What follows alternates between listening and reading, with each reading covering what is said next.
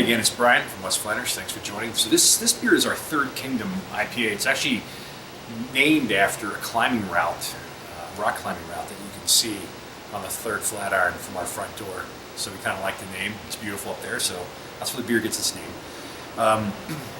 It's an India Pale Ale, so I guess if you're going to pick one word to describe this, you would scream hops. That's what it's all about, American hops.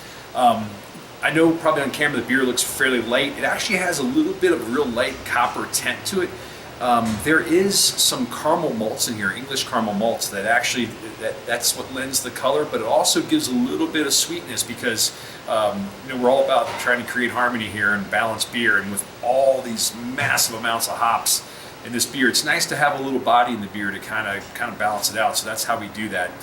Those caramel malts, aside from lending color, they lend some caramelly flavor, and they leave a little bit of body in the beer, a little bit of sweetness. But at the end of the day, you know right away as you're raising the glass to drink it that it's all about the hops. There's a lot of hops that are added throughout the boil when we boil this. That is that the longer you boil hops for, the more bitterness you get. So to make a really interesting IPA, I think it's important to use a lot of unique hops throughout different times of the boil. What that means is that the hops that are boiled less, you actually smell more than you actually, where the ones that are longer boiled are actually for bitterness. So we have a lot of hops that are just thrown throughout this, added throughout the boil of this beer. So it's extremely hoppy on all aspects. The other great thing about IPAs, or they should be anyway, is that they're dry hopped.